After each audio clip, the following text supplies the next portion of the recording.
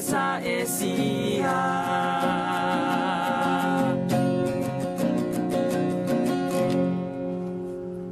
Nagbabalik po tayo dito sa Umaga sa ESIA.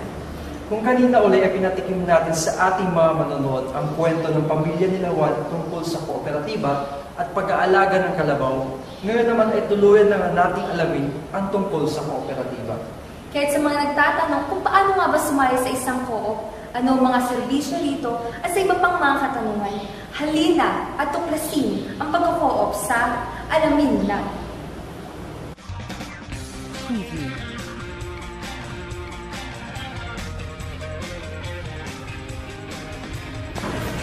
Ngayong umaga ay malalaman din natin ang impormasyon tungkol sa kooperatiba.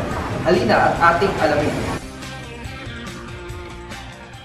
Para malaman natin ang mga katanungan tungkol sa kooperatiba, kasama natin ngayon si Mr. Joel Manuel, City Cooperative Development Specialist ng City Cooperatives Council and Allied Services ng Science City of Muñoz. Hello po sir, paano po ba maging miyembro po sa isang kooperatiba o co-op? Una sa lahat, doon sa mga grupo na gustong magtatag ng kooperatiba, kailangan mo na lang mag-undergo ng tinatawag na pre-membership education seminar.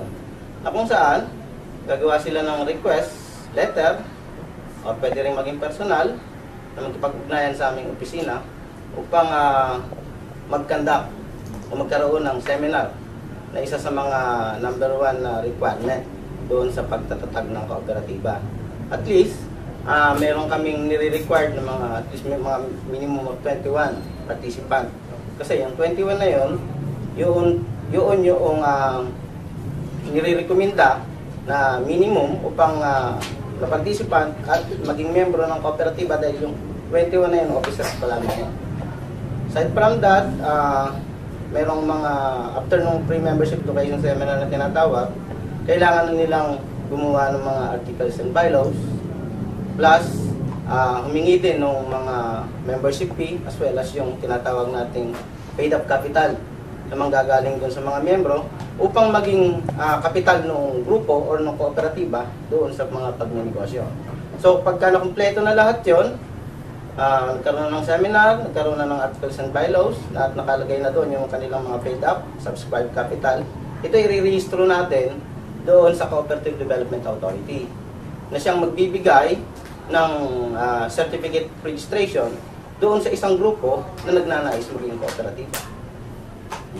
So, aside from that, yung paid-up capital na nire-required natin sa kanila para tumakbo yung kanilang pagninegosyo o iniisip na negosyo ay merong minimum na at least mga 15,000. Yung kanilang paid-up capital. Ito kasing paid-up capital na ito ay kanilang idideposito sa bangko.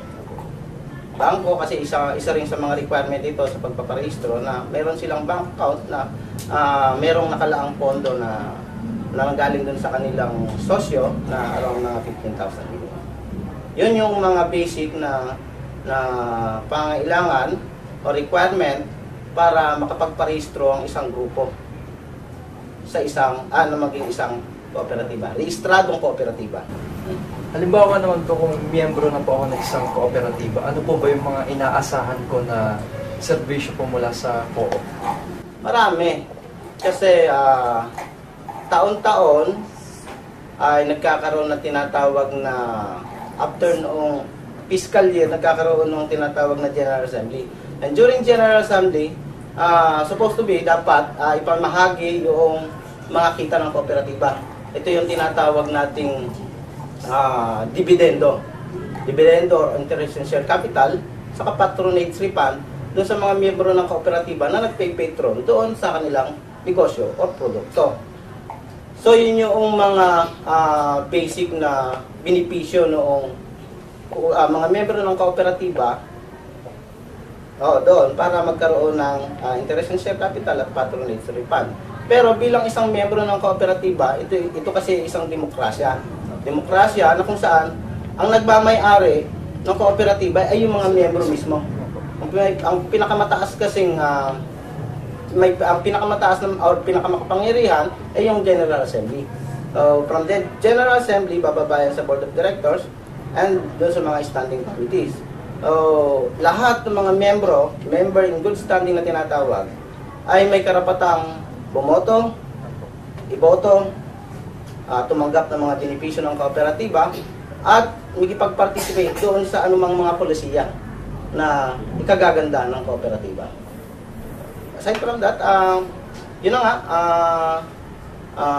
isa sa mga gusto ng kooperatiba o mga miyembro ng kooperatiba ay magkaroon ng isang magandang negosyo, magandang pagkakakitaan para sa mga miyembro, para sa mga miyembro mismo ng kooperatiba.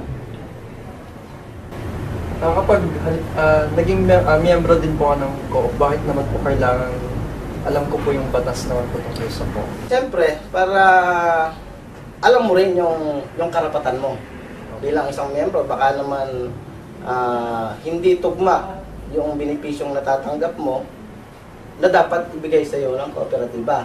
So, ikaw bilang isang miyembro, alam mo kung ano yung karapatan mo, ano yung benepisyo mo, ano yung mga batas na umiiral sa kooperatiba para makagalaw ka ng naayon din sa kooperatiba.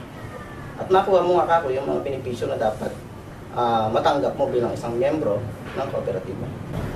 Sa mga board of directors naman po, ano po yung tungkulin na sa co-op? Sa mga pagkakaroon naman po ng negosyo ng co-op, ano po ba yung mga negosyo na dapat ilang isagawa? Po alam po natin na marami na rin pong kooperatiba. Ano po yung mas inihikayat niyo po yung sumali na lang, halimbawa po yung mga tao po na hindi pa po kasali sa isang co-op? Ano po yung mas gusto po ikiyatin sila sumali po sa isang co-op or magtatag po ng isang co-op?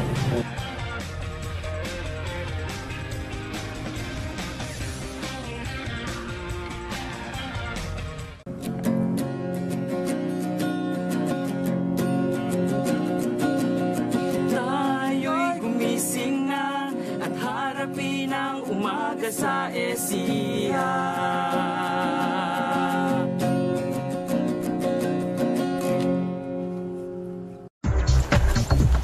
Uy, kumari, balita ko nag-aalaga na daw kayo ng imported na kalabaw ni kumpare. Ang sosyal mo na, ha?